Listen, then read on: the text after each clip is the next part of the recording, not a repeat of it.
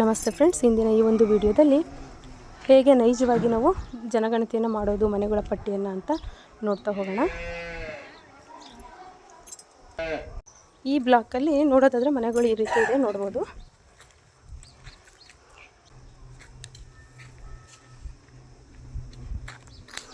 ಎಲ್ಲ ರೀತಿಯ ಮನೆಗಳು ಇದ್ದಾವೆ, ಈ ರೀತಿ ಮನೆಗಳಿದ್ದಾವೆ.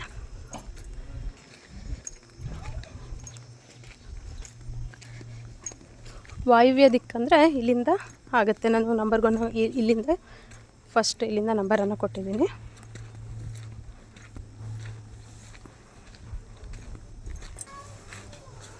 ಇದು ಫಸ್ಟ್ನೇ ಮನೆ, ಕಟ್ಟಡ ಸಂಖ್ಯೆ 1. ಇಲ್ಲಿ ನೋಡೋದಾದರೆ ಇಲ್ಲಿ ಈ ಮನೆ ಬೀಗ ಹಾಕಿದೆ. ಅವರು ಬೇರೆ ಕಡೆ ಇಲ್ಲೇ ತಾಯಿ ಮನೆಯಲ್ಲಿದ್ದಾರೆ ಅಂತ ಹೇಳಿದ್ದಾರೆ, ಕರೆಗೆ ಕಳಿಸ್ತಿದ್ದೀವಿ. ಇದ್ರ ಮುಂದಿನ ಮನೆ ಇಲ್ಲಿದೆ, ಇದು ದನದ ಕೊಟ್ಟಿಗೆ.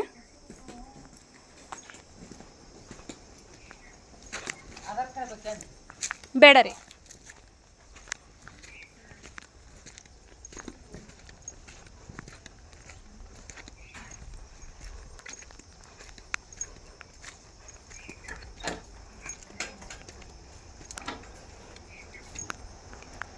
ಕಟ್ಟಡ ಸಂಖ್ಯೆ 2, ಇದು CN ನಂಬರ್ 2.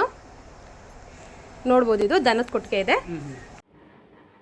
ಇಲ್ಲಿ ನೋಡಿ, ಈಗ ನಾವು ಫಸ್ಟಿಗೆ ಯಾವಾಗಲೂ ಕೂಡ ಹೊಸ ಕಟ್ಟಡಗಳನ್ನ ತಗೊಳ್ಬೇಕಾದ್ರೆ ಹೊಸ ಮನೆ ಪಟ್ಟಿ ನಮೂದು ಅನ್ನೋದನ್ನೇ ಓಕೆ ಮಾಡಬೇಕು. ಓಕೆ ಮಾಡಿದ್ರ ಮೇಲೆ ಇಲ್ಲಿ ನಾನು 2ನೇ ಕಟ್ಟಡ,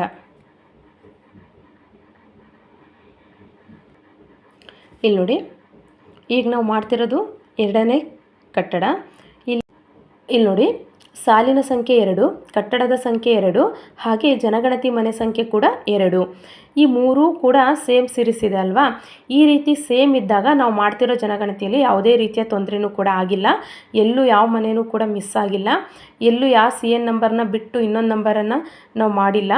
ಹಾಗೆ ಸಾಲಿನ ಸಂಖ್ಯೆನೂ ಕೂಡ ಕರೆಕ್ಟಾಗಿದೆ ಅಂದಾಗ ಯಾವುದೇ ಮನೆಯನ್ನು ನಾವು ಮ್ಯಾಪಿಂಗ್ ಮಾಡಬೇಕಾದ್ರೆ ಬಿಟ್ಟಿರೋದಾಗಲಿ, ಅಥವಾ ಈಗ ಮನೆ ಪಟ್ಟಿ ಕಾರ್ಯಾಚರಣೆಯನ್ನು ಮಾಡಬೇಕಾದ್ರೆ ಆ ಮನೆ ಬಿಟ್ಟು ಬೇರೆ ಮನೆ ಮಾಡಿರೋದಾಗಿರ್ಬೋದು, ಅಥವಾ ಅರ್ಧಕ್ಕೆ ಮಾಹಿತಿಯನ್ನು ಎಂಟ್ರಿ ಮಾಡಿಬಿಟ್ಟು ಅದನ್ನು ಡಿಲೀಟ್ ಮಾಡಿರೋದಾಗಿರ್ಬೋದು, ಈ ರೀತಿಯ ಯಾವುದೇ ಮಿಸ್ಟೇಕ್ ಆಗಿಲ್ಲ ಅನ್ನೋದು ನಮಗೆ ಗೊತ್ತಾಗುತ್ತೆ.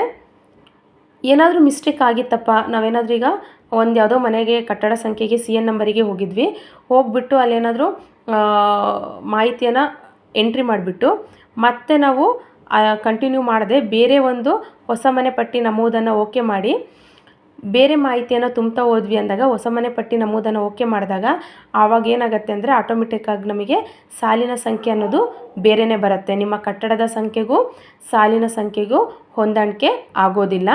ಅದೇ ರೀತಿ ಜನಗಣತಿ ಮನೆ ಸಂಖ್ಯೆನೂ ಕೂಡ ಕಟ್ಟಡದ ಸಂಖ್ಯೆಗೆ ಸಮನಾಗಿ ಇರೋದಿಲ್ಲ, ಬೇರೆ ನಂಬರ್ ಬರೋದನ್ನು ನಾವು ನೋಡ್ಬೋದು. 2 ಬದಲಾಗಿ 4 ಆಗಿರ್ಬೋದು, 5 ಆಗಿರ್ಬೋದು, ಈ ರೀತಿಯ ನಂಬರನ್ನು ಅದು ತಗೊಳುತ್ತೆ. ಹಾಗಾಗಿ 3 ಸೀರೀಸ್ ಸೇಮ್ ಇದೆ, ಒಂದೇ ರೀತಿ ನಂಬರ್ 2, 2, 2 ಈ ರೀತಿ ಒಂದೇ ರೀತಿ ನಂಬರಲ್ಲಿ ನಾವು ಹೋಗ್ತಾ ಇದ್ದೀವಿ ಅಂದರೆ ಫಾರ್ ಎಕ್ಸಾಂಪಲ್ ಈಗ ಕಟ್ಟಡದ ಸಂಖ್ಯೆ 3ಕ್ಕೆ ಹೋದಾಗ ಸಾಲಿನ ಸಂಖ್ಯೆನೂ 3, ಜನಗಣತಿ ಮನೆ ಸಂಖ್ಯೆನೂ ಕೂಡ 0003 ಈ ರೀತಿ ತೊಗೊಂಡಾಗ ಇದೇ ರೀತಿ ಕಂಟಿನ್ಯೂ ಆಗ್ತಾ ಹೋದಾಗ ನಾವು ಮಾಡ್ತಿರೋಂಥ ಕಾರ್ಯಾಚರಣೆ ಸರಿಯಾಗಿದೆ, ನಾವು ಮ್ಯಾಪಿಂಗ್ ಪ್ರಕಾರನೇ ಮಾಡ್ತಿದ್ದೀವಿ ಅಂತ ಅರ್ಥ ಆಗುತ್ತೆ ಸ್ನೇಹಿತರೆ. ನೆಕ್ಸ್ಟ್ ನೋಡಿ, ಈಗ ನೆಲಕ್ಕೆ ಪ್ರಧಾನವಾಗಿ ಬಳಸಲಾಗಿರುವ ನಿರ್ಮಾಣ ಸಾಮಗ್ರಿ ಅಂತ ಕೇಳಿದೆ. ಆಲ್ರೆಡಿ ನಾನು ನಿಮಗೆ ತೋರಿಸಿದ್ದೀನಿ, ಇದು ಏನಾಗಿದೆ ದನದ ಕೊಠಡಿ ಅಲ್ವಾ. ಹಾಗಾಗಿ ನಾವು ಇದರಲ್ಲಿ ಮಣ್ಣು ಅನ್ನೋದನ್ನು ನಾವು ಸೆಲೆಕ್ಟ್ ಮಾಡ್ಕೊಳ್ಬೇಕಾಗತ್ತೆ. ನೆಕ್ಸ್ಟ್ ಪ್ರಶ್ನೆಯನ್ನು ನೋಡಿದಾಗ ಇಲ್ಲಿ ನೋಡಿ, ಇಲ್ಲಿ ಗೋಡೆಗೆ ಪ್ರಧಾನವಾಗಿ ಬಳಸಲಾಗಿರುವ ನಿರ್ಮಾಣ ಸಾಮಗ್ರಿ ಅಂತ ಕೇಳಿದೆ. ಇಲ್ಲಿ ನೋಡೋದಾದರೆ ಇಲ್ಲಿ ಏನಿದೆಪ್ಪ ಅಂತ ನೋಡೋದಾದರೆ ಇಲ್ಲಿ ಕಲ್ಲನ್ನು ಅಷ್ಟೇ ಜೋಡಿಸಿದ್ರು. ಈ ಕಲ್ಲೇನು ಬರುತ್ತಲ್ಲ, ಉದ್ದುದ್ದ ಕಲ್ಲನ್ನು ಅಷ್ಟೇ ಹಾಗೆ ಇಟ್ಟಿದ್ರು, ಅದನ್ನು ಕಪ್ಪು ಕಲ್ಲನ್ನು. ಹಾಗಾಗಿ ಗಾರೆ ಇಲ್ಲದ ಕಲ್ಲು ಅನ್ನೋದನ್ನು ನಾವೇನು ಮಾಡಬೇಕಾಗತ್ತೆ, ಇಲ್ಲಿ ಸೆಲೆಕ್ಟ್ ಮಾಡ್ಕೊಳ್ಬೇಕಾಗತ್ತೆ. ನೆಕ್ಸ್ಟ್ ಪ್ರಶ್ನೆ ನೋಡಿ, ಇಲ್ಲಿ ಮೇಲ್ಛಾವಣಿಗೆ ಪ್ರಧಾನವಾಗಿ ಬಳಸಲಾದ ನಿರ್ಮಾಣ ಸಾಮಗ್ರಿ ಅಂತ ಕೇಳಿದೆ. ಅಲ್ಲೂ ಕೂಡ ಹುಲ್ಲು, ತಡಿಕೆ, ಬಿದಿರು, ಮರ, ಮಣ್ಣು ಅಂತಿದೆ. ಹಾಗಾಗಿ ಅಲ್ಲಿ ಹಳೆ ತಗಡು ಇಟ್ಟಿರೋದ್ರಿಂದ ಅದನ್ನು ತೆಳುವಾದ ಅದೇನಿದೆಲ್ಲ ತಗಡಾಗಿರೋದ್ರಿಂದ ಮೊದಲನೇ ಆಪ್ಷನನ್ನೇ ನಾವು ಸೆಲೆಕ್ಟ್ ಮಾಡ್ಕೊಳ್ಬೇಕಾಗತ್ತೆ. ನೆಕ್ಸ್ಟ್ ನೋಡಿ 7ನೇ ಪ್ರಶ್ನೆ, ಜನಗಣತಿ ಮನೆಯನ್ನು ಯಾವ ಉದ್ದೇಶಕ್ಕಾಗಿ ಬಳಸಲಾಗುತ್ತಿದೆ ಅಂತ ಪ್ರಶ್ನೆ ಇದೆ. ಆ ಪ್ರಶ್ನೆಗೆ ಇಲ್ಲಿ ನಾವು ಏನಂತ ಕೊಡಬೇಕಾಗತ್ತೆ, ಆಪ್ಷನ್ 9 ಇತರೆ ವಾಸೇತರ ಬಳಕೆ ಅನ್ನೋದನ್ನು ನಾವು ಸೆಲೆಕ್ಟ್ ಮಾಡ್ಕೊಳ್ಬೇಕಾಗತ್ತೆ. ಹಾಗೆ ಕೊಟ್ಟಾಗ ರೀಸನ್ ಕೇಳುತ್ತೆ, ನಾವಲ್ಲಿ ಮೆನ್ಷನ್ ಮಾಡಬೇಕಾಗತ್ತೆ ದನದ ಕೊಟ್ಟಿಗೆ ಅಂತ. ಎಲ್ಲ ಆದ್ರ ಮೇಲೆ ನೆಕ್ಸ್ಟು ಮುಂದಕ್ಕೆ ಅಂತ ಆಪ್ಷನನ್ನು ಕ್ಲಿಕ್ ಮಾಡಿದ್ರ ಮೇಲೆ ಆವಾಗ ನಾವು ತುಂಬಿರುವಂಥ ಮಾಹಿತಿ ಸರಿ ಇದೆಯಾ ಅಂತೇಳ್ಬಿಟ್ಟು ಒಂದು ಸಲ ಉತ್ತರಗಳ ಪರಿಶೀಲನೆಯನ್ನು ಮಾಡಬೇಕಾಗತ್ತೆ. ಎಲ್ಲ ಕರೆಕ್ಟಾಗಿತ್ತು ಅಂದಾಗ ನಾವೇನು ಕೊಡ್ಬೋದಲ್ಲಿ ಖಚಿತ ಅನ್ನೋದನ್ನು ಕ್ಲಿಕ್ ಮಾಡಿದಾಗ ಇದೇನಾಗತ್ತಲ್ಲಿ ಸೇವ್ ಆಗುತ್ತೆ ಮಾಹಿತಿ. ನಂತರ ಒಂದು 5 ಮನೆ ಆಗಿರ್ಬೋದು, 10 ಮನೆ ಆಗಿರ್ಬೋದು, ಈ ರೀತಿ ಎಲ್ಲ ಒಂದು ಮನೆಯನ್ನು ಮಾಡಿಕೊಂಡು ನಾವೇನು ಮಾಡೋದು, ಮಾಹಿತಿಯನ್ನು ಡಾಟಾವನ್ನು ಸಿಂಕ್ ಮಾಡ್ಬೋದಾಗಿದೆ ಸ್ನೇಹಿತರೆ. ಇದ್ರ ಜೊತೆ ಈ ಒಂದು ಕೆಲಸವನ್ನು ನಾವು ಮಾಡೋದ್ರಿಂದ ಈ ಮನೆಪಟ್ಟಿ ಕಾರ್ಯಾಚರಣೆ ಅನ್ನೋದು ಅತ್ಯಂತ ಯಶಸ್ವಿಯಾಗಿ ನಾವು ಮಾಡ್ಕೊಂಡು ಹೋಗ್ಬೋದು. ನಾವು ಏನು ಈಗ ಮೊಬೈಲ್ ಆ್ಯಪ್ ಮೂಲಕ ಮನೆಪಟ್ಟಿ ಕಾರ್ಯಾಚರಣೆಯನ್ನು ನೈಜವಾಗಿ ಮಾಡ್ತಾ ಹೋಗ್ತೀವಲ್ಲ, ಅದ್ರ ಜೊತೆ ಒಂದು ಈ ರೀತಿ ಶೀಟಲ್ಲಿ, ಆನ್ಸರ್ ಶೀಟಲ್ಲಿ ಒಂದು ಕ್ರಮ ಸಂಖ್ಯೆ, ಇನ್ನೊಂದು ಕಟ್ಟಡಗಳ ಸಂಖ್ಯೆ, ಜನಗಣತಿ ಸಂಖ್ಯೆ, ಟೈಪ್ ಆಫ್ ಬಿಲ್ಡಿಂಗ್, ಯಾವ ರೀತಿಯ ಕಟ್ಟಡ ಅಂತ, ಹಾಗೆ ಮುಖ್ಯಸ್ಥರ ಹೆಸರು ಮತ್ತು ಮೊಬೈಲ್ ನಂಬರು, ಇವಿಷ್ಟನ್ನ ಬರ್ಕೊಳ್ಳೋದ್ರಿಂದ ನಮ್ಮಲ್ಲಿ ಮುಂದೆ ಆಗುವಂಥ ಹಲವಾರು ಗೊಂದಲಗಳನ್ನ ನಾವು ತಪ್ಪಿಸ್ಬೋದು. ಈಗ ಒಂದು ವೇಳೆ ನಾವೆಲ್ಲ ಮನೆಯನ್ನು ಮಾಡ್ಕೋತಾ ಹೋಗ್ತೀವಿ, ಮನೆಪಟ್ಟಿ ಕಾರ್ಯಾಚರಣೆಯನ್ನು ಮೊಬೈಲ್ ಮೂಲಕ ಮಾಡ್ಕೋತಾ ಹೋದಾಗ ಏನಾದರೂ ನಮಗೆ ಹಿಂಗೆ ಮುಂದೆ ವಾಸದ ಮನೆಗಳು, ವಾಸೇತರ ಮನೆಗಳು ಅಥವಾ ಆ ವಾಸೇತರ ಮನೆಗಳು ಯಾವುದಕ್ಕೆ ಬಳಕೆ ಆಗಿದೆ, ಇದರಲ್ಲಿ ಅಂಗಡಿಗಳು ಯಾವುದು, ಅಥವಾ ಕೆಲವೊಂದು ಅಂಗನವಾಡಿ ಆಗಿರ್ಬೋದು, ದೇವಸ್ಥಾನ ಆಗಿರ್ಬೋದು, ಅಥವಾ ದೇವರ ಸಾಮಾನುಗಳನ್ನ ಇಡಲಿಕ್ಕೆ ಅಂತ ಮಾಡಿರುವಂಥ ಗೋದಾಮ್ ಆಗಿರ್ಬೋದು, ಅಥವಾ ಗಣೇಶ ಉತ್ಸವಕ್ಕೆ ಅಂತ ಗಣೇಶನನ್ನು ಕೂರ್ಸೋಕ್ಕೆ ಮಾಡಿರುವಂಥ ಶೆಡ್ ಆಗಿರ್ಬೋದು. ಈ ರೀತಿ ಈಗ ನಾವು ಮಾಡ್ಕೊಂಡು ಹೋಗಿರ್ತೀವಿ, ಮನೆಪಟ್ಟಿ ಕಾರ್ಯಾಚರಣೆ ಮೊಬೈಲ್ ಆ್ಯಪ್ ಮೂಲಕ ಮಾಡ್ಕೊಂಡು ಹೋಗಿರ್ತೀವಿ. ನಾವು ಮಾಡ್ಕೊಂಡು ಹೋಗಿರೋ ಅಂಥದ್ದನ್ನೇ ನಾವು ಇನ್ನೊಂದು ಸಲ ಮನೆಯಲ್ಲಿ ಅಥವಾ ಎಲ್ಲಾದರೂ ರಿಕಾಲ್ ಮಾಡ್ಕೊಂಡಾಗ ಯಾವುದು ಏನು ಅನ್ನೋದು ನಮ್ಮಲ್ಲಿ ಮಿಸ್ ಹೊಡಿತವೆ, ಗೊಂದಲ ಆಗ್ತವೆ. ಆಮೇಲೆ ಏನಾದರೂ ಲಾಸ್ಟಿಗೆ ನಮಗೆ ಅವರ ಹೆಸರು, ಫೋನ್ ನಂಬರು ಇಂಥವೆಲ್ಲ ಕೇಳಿದಾಗ ಏನೇ ಆಗಲಿ ನಮಗೆ ಈ ಥರ ಒಂದು ಪಟ್ಟಿಯನ್ನು ನಾವು ಮಾಡ್ಕೊಳ್ಳೋದ್ರಿಂದ, ಲೀಸ್ಟನ್ನು ಮಾಡ್ಕೊಳ್ಳೋದ್ರಿಂದ ನಮಗೆ ತುಂಬ ಹೆಲ್ಪ್ ಆಗುತ್ತೆ ಅನ್ನೋದನ್ನು ನಾವು ನೋಡ್ಬೋದು ಸ್ನೇಹಿತರೆ. ಈಗ ನೋಡಿ, ಈ ಏನು ಕ್ರಮ ಸಂಖ್ಯೆಯಲ್ಲಿ ನಾವು ಹಾಕೋತಾ ಹೋಗೋದು, ನೆಕ್ಸ್ಟು ಕಟ್ಟಡಗಳ ಸಂಖ್ಯೆನೂ ಒಂದು ಕಡೆಯಿಂದ ನಾವು ಬರ್ಕೋತಾ ಹೋಗೋದು. ಈ ಕಟ್ಟಡ ಸಂಖ್ಯೆಯನ್ನು ನಾವು ಹೊಡೆದಾಗ ನಮಗೆ ಮೊಬೈಲಲ್ಲಿ ಯಾವ ನಂಬರ್ ಶೋ ಅಪ್ ಆಗುತ್ತಲ್ಲ, ಇದು ಜನಗಣತಿ ಸಂಖ್ಯೆ, ಅದನ್ನು ಇಲ್ಲಿ ಮೆನ್ಷನ್ ಮಾಡ್ಕೊಳ್ಳೋದು. ಟೈಪ್ ಆಫ್ ಬಿಲ್ಡಿಂಗು, ಕಚ್ಚಾ ಮನೆನ, ಪಕ್ಕ ಮನೆನ, ವಾಸನ ಅಥವಾ ವಾಸೇತರನ ಅನ್ನೋದನ್ನ ಇಲ್ಲಿ ತೋರಿಸ್ಬೋದು. ಏನಾದರೂ ಹಿಂಟ್ಸ್ ಇತ್ತು ಬರೆಯೋದು ಅಂದರೆ ಇಲ್ಲೇ ಪಕ್ಕ ನಾವು ಒಂದು ಸ್ವಲ್ಪ ಅಂಗನವಾಡಿ, ಶಾಲೆ ಅಥವಾ ಗ್ಯಾರೇಜ್ ಆಗಿರ್ಬೋದು, ಬ್ಯಾಂಕ್ ಆಗಿರ್ಬೋದು, ಹಾಸ್ಟೆಲ್ ಆಗಿರ್ಬೋದು, ಪೋಸ್ಟ್ ಆಫೀಸ್ ಆಗಿರ್ಬೋದು, ಗ್ಯಾಸ್ ಆಫೀಸ್ ಆಗಿರ್ಬೋದು, ಈ ರೀತಿ ಇಲ್ಲಿ ಮೆನ್ಷನನ್ನು ಕೂಡ ನಾವು ಇಲ್ಲಿ ಸಣ್ಣದಾಗಿ ಮಾಡ್ಕೊಳ್ಬೋದು. ಅದ್ರ ಜೊತೆ ಮುಖ್ಯಸ್ಥರ ಹೆಸರು ಹಾಗೆ ಫೋನ್ ನಂಬರನ್ನು ಅಲ್ಲಿ ನಾವು ಮೊಬೈಲಲ್ಲಿ ಮಾಡಬೇಕಾದ್ರೆ ಇದನ್ನು ಒಂದು ಸಣ್ಣದಾಗಿ ರೆಡಿ ಮಾಡ್ಕೊಂಡ್ಬಿಟ್ರೆ ನಮ್ಮಲ್ಲಿ ಮುಂದೂ ಕೂಡ ಯಾವುದೇ ಗೊಂದಲ ಆಗೋದಿಲ್ಲ. ನಾವು ಪರ್ಫೆಕ್ಟಾಗಿ ಈ ಮನೆಪಟ್ಟಿ ಕಾರ್ಯಾಚರಣೆಯನ್ನು ಮಾಡ್ಕೊಂಡು ಹೋಗ್ಬೋದು ಸ್ನೇಹಿತರೆ. ಈ ರೀತಿ ಮಾಡೋದ್ರಿಂದ ತುಂಬಾ ಹೆಲ್ಪ್ ಆಗುತ್ತೆ ಅಂತ ನಾನು ಅನ್ಕೋತೀನಿ. ಹಾಗೆ ಇದ್ರ ಜೊತೆ ಇನ್ನೊಂದಿಷ್ಟು ಮಾಹಿತಿಯನ್ನು ಹೇಳಬೇಕು ಅಂತ ಅಂದ್ಕೊಂಡಿದ್ದೀನಿ ಸ್ನೇಹಿತರೆ. ಏನು ಈ ನಮ್ಮ ಮನೆಪಟ್ಟಿ ಕಾರ್ಯಾಚರಣೆಯನ್ನು ಮಾಡ್ತಾ ಹೋಗ್ತೀವಲ್ಲ, ಹೀಗೆ ಮಾಡ್ತಾ ಹೋಗಬೇಕಾದ್ರೆ ನಮಗೆ ಕೆಲವೊಂದು ಗೊಂದಲಗಳು ಮೂಡೋದನ್ನು ನಾವು ನೋಡ್ಬೋದು. ಆ ಗೊಂದಲಗಳಿಗೆ ಪರಿಹಾರ ಏನು ಅನ್ನೋದನ್ನು ಕೂಡ ನೋಡ್ತಾ ಹೋಗೋಣ. ಒಂದು ವೇಳೆ ಒಂದು ಸಲ ಅನಿಸುತ್ತೆ, ಒಂದು ಕಟ್ಟಡದಲ್ಲಿ ನಾವು ಏನು ಮಾಡಿರ್ತೀವಿ, ಒಂದು ಕಟ್ಟಡದಲ್ಲಿ ಒಂದು 5-6 ಮನೆಗಳಿರ್ತವೆ ಅಲ್ವಾ. ಆ 5-6 ಮನೆಗಳಿಗೂ ನಾವೇನು ಮಾಡಿರ್ತೀವಿ, ಒಂದೇ ನಂಬರ್ ಕೊಡಬೇಕಾಗಿತ್ತೇನೋ, ಅಂದರೆ ಬಿಲ್ಡಿಂಗ್ ಒಂದೇ, ಕಟ್ಟಡ ಒಂದೇ, ಅಲ್ಲಿ ಒಂದು 5-6 ಮನೆಗಳನ್ನ ಬಾಡಿಗೆ ಉದ್ದೇಶಕ್ಕೆ ಅಥವಾ ಇನ್ನಿತರ ಉದ್ದೇಶಗಳಿಗೆ ಕಟ್ಟಿರ್ತಾರೆ. ಅವಾಗ ನಮಗನ್ಸುತ್ತೆ ಕಟ್ಟಡ ಒಂದೇ ಇದೆ, ಈ ಕಟ್ಟಡಕ್ಕೆ ನಾವು ಒಂದೇ ನಂಬರನ್ನು ಕೊಡಬೇಕಿತ್ತು, ಕೊಟ್ಬಿಟ್ಟು ಬಾರ್ ಅಂತ ಹಾಕ್ಬಿಟ್ಟು 1, 2 ಅಂತ ಹಿಂಗೆ ಪರಿಗಣಿಸ್ಬೇಕಾಗಿತ್ತೇನೋ, ಎಲ್ಲದಕ್ಕೂ ಸಪ್ರೇಟ್ ನಂಬರ್ ಕೊಟ್ಬಿಟ್ಟಿದ್ದೀವಲ್ಲ ಅಂತ. ಅದರಿಂದ ಏನೂ ಪ್ರಾಬ್ಲಮ್ ಆಗಲ್ಲ. ಒಂದು ಕಟ್ಟಡದಲ್ಲೇ 5-6 ಮನೆಗಳಿದ್ದಾಗ ನಾವು 5-6 ಮನೆಗಳಿಗೂ ಕೂಡ ಏನು ಮಾಡ್ಬೋದು, ಬೇರೆ ಬೇರೆ ಕಟ್ಟಡ ಸಂಖ್ಯೆಯನ್ನು, CN ನಂಬರನ್ನು ಬೇರೆ ಬೇರೆ ಅನುಕ್ರಮವಾಗಿ ನಾವು ಕೊಡ್ತಾ ಹೋಗ್ಬೋದು ಫ್ರೆಂಡ್ಸ್. ಈಗ ನೆಕ್ಸ್ಟ್ ನೋಡೋದಾದರೆ CN ನಂಬರ್ ಏನು ಬಂದಿರ್ತಾವಲ್ಲ ನಮಗೆ ಕಟ್ಟಡಗಳ ಸಂಖ್ಯೆ, ಈ ಕಟ್ಟಡಗಳ ಸಂಖ್ಯೆಯಲ್ಲಿ ನಾವೀಗ ಒಂದು 4-5 ಮನೆಯನ್ನು ಮಾಡಿರ್ತೀವಿ. ಮಾಡಿದ್ರ ಮೇಲೆ 6, 7, 8 ಮನೆಯನ್ನು ಮಾಡಬೇಕಾಗಿರುತ್ತೆ. ಅದು ಬಿಟ್ಟು ನಾವು ಒಮ್ಮೆಲೆ ಹತ್ತನೇ ಮನೆ ಆಗಿರ್ಬೋದು, CN 10 ಆಗಿರ್ಬೋದು, ಅಥವಾ CN 12, 13 ಈ ರೀತಿ ಮಾಡ್ತಾ ಹೋಗಿರ್ತೀವಿ. ಇದರಿಂದ ಏನು ಪ್ರಾಬ್ಲಮ್ ಆಗುತ್ತಾ, ಮಧ್ಯದಲ್ಲಿ 3-4 ಮನೆಯನ್ನು ಬಿಟ್ಟಿರ್ತೀವಿ ಅಂತ ಅಂದ್ಕೊಂಡ್ರೆ ಇದರಿಂದ ಏನು ಪ್ರಾಬ್ಲಮ್ ಆಗಲ್ಲ ಅಂತ. ಆದರೂ ಕೂಡ ನಾವು ಕ್ರಮವಾಗಿ ಮಾಡ್ಕೊಂಡು ಹೋದರೆ, ನಮ್ಮ ಮ್ಯಾಪಿಂಗ್ ಪ್ರಕಾರನೇ ನೀಟಾಗಿ ಮಾಡ್ಕೊಂಡು ಹೋದರೆ ಆಲ್ಮೋಸ್ಟ್ ನಮಗೆ ಅದು ನಾವು ಕ್ರಮವಾಗಿ ನಮ್ಮ ಮ್ಯಾಪಿಂಗ್ ಪ್ರಕಾರನೇ CN ನಂಬರ್ ಪ್ರಕಾರ ಮಾಡ್ಕೊಂಡು ಹೋದರೆ ನಮ್ಮ ಕರ್ತವ್ಯವನ್ನು ನಾವು ಅತ್ಯಂತ ಏನಂತೀವಿ,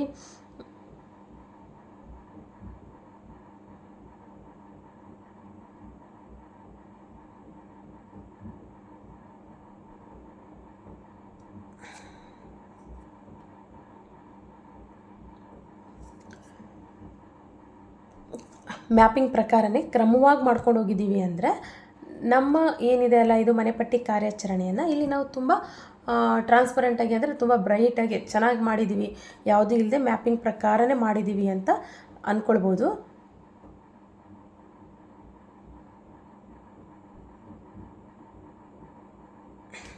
ಒಂದು ವೇಳೆ ಈಗ CN ಕಟ್ಟಡಗಳ ನಮ್ಮ ಸಂಖ್ಯೆ 1 2 3 4 5 6 7 8 ತನಕ ಮಾಡಿದ್ವಿ ಕ್ರಮವಾಗಿ. ನೆಕ್ಸ್ಟ್ ಅಲ್ಲೆಲ್ಲೋ 1-2 ನಂಬರ್ ಬಿಟ್ಬಿಟ್ಟು ಅದ್ರ ಮುಂದಿನ CN ನಂಬರನ್ನು ತೊಗೊಂಡು ಮಾಡಿದ್ವಿ. ಇಲ್ಲಿ ನಾವು ಕೆಲವೊಂದು CN ನಂಬರ್ಗಳನ್ನ ಬಿಟ್ಬಿಟ್ಟು ಬೇರೆ ಮುಂದಿನ CN ನಂಬರ್ಗಳನ್ನ ಮಾಡ್ಕೊಂಡು ಹೋಗಿದ್ದೀವಿ. ಮತ್ತು ನಾವು ಹಿಂದಿನ CN ನಂಬರ್ಗಳಿಗೆ ಬಂದಾಗ ಇದರಿಂದ ಏನಾದರೂ ತೊಂದರೆ ಆಗುತ್ತಾ ಅಂತ ನೋಡೋದಾದರೆ, ನಾವು ಕರೆಕ್ಟಾಗಿ ಏನು ಲೇಔಟ್ ಮ್ಯಾಪನ್ನು ಹಾಕಿರ್ತೀವಲ್ಲ, ಕ್ರಮ ಸಂಖ್ಯೆಯನ್ನು ಕೊಟ್ಟಿರ್ತೀವಲ್ಲ, ಅದ್ರ ಪ್ರಕಾರ ಮಾಡ್ತಾ ಹೋದರೆ ತುಂಬಾ ಒಳ್ಳೆಯದು. ಎಲ್ಲೂ ಕೂಡ ನಮಗೆ ಕನ್ಫ್ಯೂಷನ್ ಆಗಲಿ ಗೊಂದಲ ಆಗಲಿ ಆಗೋದಿಲ್ಲ. ಒಂದು ವೇಳೆ ನಾವೇನಾದರೂ ನೋಡಿ, ಈಗ for example CN 1, CN 2, CN 3 ಮಾಡಿದ್ದೀವಿ. ನೆಕ್ಸ್ಟು ಇಲ್ಲೆರಡು ಬಿಟ್ಟಿದ್ದೀವಿ. ಅದಾದ್ರ ಮೇಲೆ CN 6, CN 7 ಮಾಡ್ಕೊಂಡು ಹೋಗಿದ್ದೀವಿ. ನಂತರ ಮತ್ತೆ ನಾವು CN 4, CN 5 ಮಾಡ್ತೀವಿ. ಇದರಿಂದ ಏನಾದರೂ ತೊಂದರೆನಾ, ಆಮೇಲೆ 2 ನಂಬರನ್ನು ಮಾಡೋದ್ರಿಂದ ಏನಾದರೂ ತೊಂದರೆನಾ, ಬಿಟ್ಟು ಮುಂದೆ ಹೋಗಿರೋದ್ರಿಂದ ಏನಾದರೂ ಪ್ರಾಬ್ಲಮ್ ಆಗುತ್ತಾ ಅಂತ ನೋಡೋದಾದರೆ ಇಲ್ಲಿ ನೋಡಿ, ಇಲ್ಲಿ ಫಸ್ಟ್ ಒನ್ ನಮಗೆ ಬರುತ್ತೆ. ಇಲ್ಲಿ ಏನು ಬರುತ್ತಪ್ಪ ಅಂದರೆ, ಒಂದು ಸಾಲಿನ ಸಂಖ್ಯೆ, ಇನ್ನೊಂದು ಕಟ್ಟಡ ಸಂಖ್ಯೆ, ಇನ್ನೊಂದು ಜನಗಣತಿ ಸಂಖ್ಯೆ. ಇಲ್ಲೇನಾಗುತ್ತೆ, ಫಸ್ಟ್ನೇದಕ್ಕೆ ಸಾಲಿನ ಸಂಖ್ಯೆನೂ ಒಂದೇ ಇರುತ್ತೆ, ಕಟ್ಟಡ ಸಂಖ್ಯೆನೂ ಒಂದೇ ಇರುತ್ತೆ, ಜನಗಣತಿ ಸಂಖ್ಯೆನೂ ಕೂಡ ಒಂದೇ ಇರೋದನ್ನು ನಾವು ನೋಡ್ಬೋದು. ನೆಕ್ಸ್ಟ್ ಇಲ್ಲೂ ಕೂಡ ಅಷ್ಟೇ, ಇದು 2 ಇರುತ್ತೆ, ಇದು 2 ಆಗಿರುತ್ತೆ, ಜನಗಣತಿ ಸಂಖ್ಯೆನೂ 2 ಆಗಿರುತ್ತೆ. CN ನಂಬರು ನೆಕ್ಸ್ಟ್ 3ಕ್ಕೆ ಹೋದಾಗ ಅಲ್ಲೂ ಕೂಡ ಸಾಲಿನ ಸಂಖ್ಯೆ 3 ಅಂತ ತಗೊಳುತ್ತೆ, ಕಟ್ಟಡದ ಸಂಖ್ಯೆನೂ ಕೂಡ 3 ಅಂತ ತಗೊಳುತ್ತೆ, ಹಾಗೆ ಜನಗಣತಿ ಸಂಖ್ಯೆನೂ ಕೂಡ 3 ಅಂತ ತಗೊಳುತ್ತೆ. ನೆಕ್ಸ್ಟ್ ನಾವು 4 ಮಾಡಿರಲ್ಲ, ಕಟ್ಟಡ ಸಂಖ್ಯೆ 4ಕ್ಕೆ ಹೋಗಿರಲ್ಲ, ಕಟ್ಟಡ ಸಂಖ್ಯೆ 5ಕ್ಕೂ ಹೋಗಿರಲ್ಲ, ಕಟ್ಟಡ ಸಂಖ್ಯೆ 6 ಮಾಡಿರ್ತೀವಿ. ಈಗೇನು ಪ್ರಾಬ್ಲಮ್ ಆಗುತ್ತೆ ಅಂತ ನೋಡೋದಾದರೆ, ಇಲ್ಲಿ ಏನಿದು ಸಾಲಿನ ಸಂಖ್ಯೆ ಇದೆ ಅಲ್ಲ, ಈ ಸಾಲಿನ ಸಂಖ್ಯೆಯನ್ನು ಇದು ಏನಂತ ಕಂಟಿನ್ಯೂ ತಗೊಳುತ್ತೆ, 4 ಅಂತ ತಗೊಳುತ್ತೆ. ಸಾಲಿನ ಸಂಖ್ಯೆನ 4 ಅಂತ ತಗೊಳುತ್ತೆ. ನೀವು ಕೊಟ್ಟಿರುವಂಥ ಕಟ್ಟಡ ಸಂಖ್ಯೆ ಮಾತ್ರ ಏನಾಗಿರುತ್ತೆ, ಇಲ್ಲಿ 6 ಆಗಿರುತ್ತೆ. ನೆಕ್ಸ್ಟು ಬರುವಂತಹ ಜನಗಣತಿ ಸಂಖ್ಯೆನೂ ಕೂಡ ಇದು ಏನಾಗಿರುತ್ತೆ, ಇಲ್ಲಿ 4 ಆಗಿರೋದನ್ನು ನಾವು ನೋಡ್ಬೋದು. ಸರಿನಾ? ನೆಕ್ಸ್ಟ್ 7 ಮಾಡ್ತೀರಿ. ಇಲ್ಲೂ ಕೂಡ ಏನಾಗುತ್ತೆ, ಸಾಲಿನ ಸಂಖ್ಯೆ 5, ಕಟ್ಟಡ ಸಂಖ್ಯೆ 7, ಹಾಗೆ ಜನಗಣತಿ ಸಂಖ್ಯೆನೂ ಕೂಡ ಇಲ್ಲಿ 5 ಅಂತ ತಗೊಳುತ್ತೆ. ವಾಪಸ್ ಈಗ ಏನು ಮಾಡ್ತೀರಿ, 1 2 3 ಆಯಿತು, 6 ಆಯಿತು, 7 ಆಯಿತು. ಇಲ್ಲಿ ಮಾಡಬೇಕಾಗಿರೋದೀಗ 4ನೇ CN ನಂಬರಿಗೆ ಹೋದಾಗ ಅವಾಗ ಏನಾಗುತ್ತೆ, ಇಲ್ಲಿ ಸಾಲಿನ ಸಂಖ್ಯೆ 6 ಅಂತ ತಗೊಳುತ್ತೆ. ನೀವು ಇಲ್ಲಿ ಕಟ್ಟಡ ಸಂಖ್ಯೆ ಕೊಟ್ಟಿರ್ತೀರಿ 4 ಅಂತ ಕೊಟ್ಟಿರ್ತೀರಿ. ನೆಕ್ಸ್ಟು ಜನಗಣತಿ ಸಂಖ್ಯೆನೂ ಕೂಡ ಇದು ಏನಂತ ತಗೊಳುತ್ತಿದ್ದು 6 ಅಂತ ತಗೊಳುತ್ತೆ. ಇಲ್ಲಿ ಏನಾಗುತ್ತೆ, ಸಾಲಿನ ಸಂಖ್ಯೆ ಹಾಗೂ ಜನಗಣತಿ ಸಂಖ್ಯೆಯಲ್ಲಿ ಏನಾಗುತ್ತೆ, ವ್ಯತ್ಯಾಸ ಆಗೋದನ್ನು ನಾವಿಲ್ಲಿ ನೋಡ್ಬೋದು.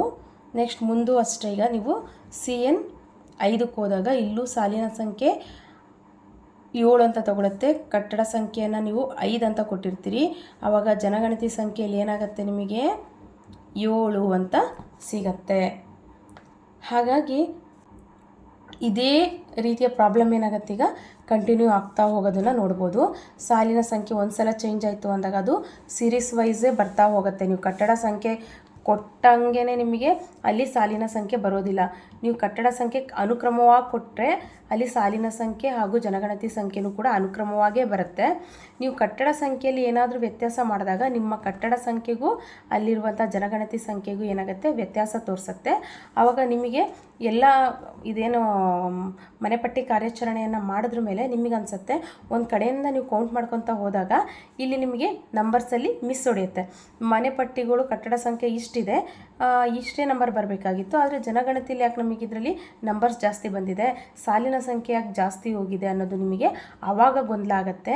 ಅಷ್ಟೇ ಅಲ್ಲ ಸ್ನೇಹಿತರೆ, ನಾವು ಈ ರೀತಿ ಒಂದು ಲೀಸ್ಟ್ ಮಾಡ್ಕೊಳ್ಳೋದ್ರಿಂದನೂ ಕೂಡ ನಮಗೆ ತುಂಬ ಹೆಲ್ಪ್ ಆಗುತ್ತೆ. ನೀವು ಅಂದ್ಕೊಳ್ಬೋದು, HLO ಆ್ಯಪಲ್ಲೇ ಫ್ರಂಟಲ್ಲೇ ನಾವು ಓಪನ್ ಮಾಡಿದಾಗ ನಮಗಲ್ಲಿ ಎಲ್ಲ ತೋರಿಸುತ್ತೆ. ಏನಂತ, ವಾಸದ ಮನೆಗಳು ಎಷ್ಟಾಗಿದ್ದಾವೆ, ವಾಸೇತರ ಮನೆಗಳು ಎಷ್ಟಾಗಿದ್ದಾವೆ, ಆಮೇಲೆ ಒಟ್ಟು ಜನಗಣತಿ ಎಷ್ಟಾಗಿದೆ ಅಂತ ಅಲ್ಲೇ ತೋರಿಸುತ್ತೆ. ನಾವೇನು ಮತ್ತೆ ಇಲ್ಲಿ ಬರ್ಕೊಳ್ಬೇಕು ಅಂತ ಅನಿಸ್ಬೋದು. ನಾವೇನಾದರೂ ಇಲ್ಲಿ ಸೀರೀಸ್ ನಂಬರ್ಗಳಲ್ಲಿ ಮಿಸ್ ಮಾಡಿದಾಗ ಅಥವಾ ಒಂದು ಕಟ್ಟಡ ಸಂಖ್ಯೆಗೆ ನಂಬರೇ ಕೊಟ್ಟಿರಲ್ಲ, ಆಮೇಲೆ ಮಧ್ಯದಲ್ಲಿ ಒಂದೆರಡು ಕಟ್ಟಡಗಳನ್ನ ಸೇರಿಸ್ಕೋತೀವಿ, ಅಥವಾ ಇಲ್ಲಿ ಹಾಕಬೇಕಾದ್ರೆ ಏನಾದರೂ ಹಿಂದೆ ಮುಂದೆ ಮಾಡಿರ್ತೀವಿ, CN ನಂಬರ್ನ ಹಿಂದೆ ಮುಂದೆ ತೊಗೊಂಡಿರ್ತೀವಿ, ಆವಾಗ ಇದು ಏನಾಗಿರುತ್ತೆ, ಇದು ಅನುಕ್ರಮವಾಗಿ ಇಲ್ಲಿ ಆ್ಯಪಲ್ಲಿ ಆ್ಯಪಲ್ಲಿ ಏನಾಗಿರುತ್ತೆ, ಸಾಲಿನ ಸಂಖ್ಯೆ, ಕಟ್ಟಡ ಸಂಖ್ಯೆ, ಜನಗಣತಿ ಸಂಖ್ಯೆ ಅನುಕ್ರಮವಾಗಿ ಬಂದಿರುತ್ತೆ. ನಾವಿಲ್ಲಿ ಏನು ಮಾಡಿರ್ತೀವಿ, ಉಲ್ಟಾ ಪಲ್ಟಾ ಮಾಡಿರ್ತೀವಿ. ಸೊ ಆವಾಗ ನಮಗೇನಾಗುತ್ತೆ, ಇಲ್ಲಿ ಜಸ್ಟು ವಾಸದ ಮನೆಗಳು, ವಾಸೇತರ ಮನೆಗಳು ಅಂತ ತೋರಿಸಿದಾಗ ಅದು ಯಾವುದು ಅನ್ನೋದು ನಿಮಗೇನಾಗುತ್ತೆ, ಗೊಂದಲ ಆಗುತ್ತೆ. CN ನಂಬರ್ ಯಾವ CM ನಂಬರು, ವಾಸದ ಮನೆ, ವಾಸೇತರ ಮನೆ ಅನ್ನೋದು ಸ್ವಲ್ಪ ಗೊಂದಲ ಆಗುತ್ತೆ. ನೀವು ಅಂದ್ಕೊಬೋದು, ಇಲ್ಲ ನಾವು ಮ್ಯಾಪಿಂಗ್ ಹಾಕಿರ್ತೀವಿ, ಮ್ಯಾಪಿಂಗಲ್ಲಿ ಗೊತ್ತಾಗುತ್ತೆ ಅಂತ. ಆದ್ರೂ ನಾವು ಮ್ಯಾಪಿಂಗ್ ನೋಡ್ತಾ ಕೂರೋಕ್ಕಾಗಲ್ಲ. ಯಾಕಂದರೆ ಮ್ಯಾಪಿಂಗಲ್ಲಿ ಕೆಲವೊಂದು ನಂಬರ್ಗಳನ್ನ, ಮನೆಗಳನ್ನ ನಾವು CN ನಂಬರ್ಗಳನ್ನ ಬಿಟ್ಟಿರ್ತೀವಿ, ಅಥವಾ ಹೊಸ್ದಾಗಿ ಸೇರಿಸಿರ್ತೀವಿ, ಅಥವಾ ತೆಗೆದಿರ್ತೀವಿ, ಅಥವಾ ಏನಾದರೂ ಮಾಡಿಫೈ ಮಾಡಿರ್ತೀವಿ. ಆವಾಗ ಒಂದು ಮಾಡಿಫೈ ಮಾಡಿದಾಗ ಎಲ್ಲದೂ ಕೂಡ ಅಲ್ಲಿ ಏನಾಗುತ್ತೆ, ಚೇಂಜಸ್ ಆಗುತ್ತೆ. ಸೊ ಹಾಗಾಗಿ ನೀವು ಯಾವ CN ನಂಬರನ್ನು ಮಾಡ್ತಿರಲ್ಲ, ಆ CN ನಂಬರಿಗೆ ನೀವು ಕೊಟ್ಟಾಗ ಏನು ಜನಗಣತಿ ಸಂಖ್ಯೆ ನಂಬರ್ ಬಂದಿರುತ್ತೆ ಅದನ್ನು ಮೆನ್ಷನ್ ಮಾಡಿಕೊಂಡು ಆ ನಂಬರ್ ಕರೆಕ್ಟಾಗಿ ಏನಿದೆ, ಅದರ ಮುಖ್ಯಸ್ಥರು ಯಾರು, ಆ ಕಟ್ಟಡದ ಮುಖ್ಯಸ್ಥರು ಯಾರು, ಅವ್ರ ಮೊಬೈಲ್ ನಂಬರು, ಇದಿಷ್ಟು ಬರ್ಕೊಂಬರೋದ್ರಿಂದ ಆಗುತ್ತೆ, ತುಂಬಾ ಮಾಹಿತಿ ಹೆಲ್ಪ್ ಆಗುತ್ತೆ. ಮತ್ತು ಇನ್ನೊಂದ್ಸಲ ಹೋಗೋದು, ಇನ್ನೊಂದ್ಸಲ ನೋಡೋದು, ಮತ್ತು ಅವ್ರಿಗೆ ಫೋನ್ ಮಾಡೋದು, ಕೇಳೋದು, ಹಿಂದಿನ ಗಣತಿಲಿ ಮಾಡಿದ್ವಲ್ಲ ಆ ರೀತಿ ಫೋನ್ ಮಾಡೋದು, ಕೇಳೋದು, ಇವೆಲ್ಲ ಕೂಡ ಗೊಂದಲ ಅಷ್ಟು ಆಗೋದಿಲ್ಲ ಅನ್ನೋದು ನನ್ನ ಅನಿಸಿಕೆ. ಇಂದಿನ ಈ ವಿಡಿಯೋದಲ್ಲಿನ ಮಾಹಿತಿಯಿಂದ ಏನಾದರೂ ಸ್ವಲ್ಪ ಉಪಯೋಗ ಆಗಿದೆ, ಯೂಸ್ ಆಗಿದೆ, ಸ್ವಲ್ಪ ಹೆಲ್ಪ್ ಆಗಿದೆ ಅಂತ ಅನಿಸಿದ್ರೆ ದಯವಿಟ್ಟು ನನ್ನ ಈ ಚಾನಲನ್ನು ಸಬ್ಸ್ಕ್ರೈಬ್ ಮಾಡ್ಕೊಳ್ಳೋದ್ರ ಮೂಲಕ ಲೈಕ್ ಕೊಡಿ ಸ್ನೇಹಿತರೆ. ಧನ್ಯವಾದಗಳು.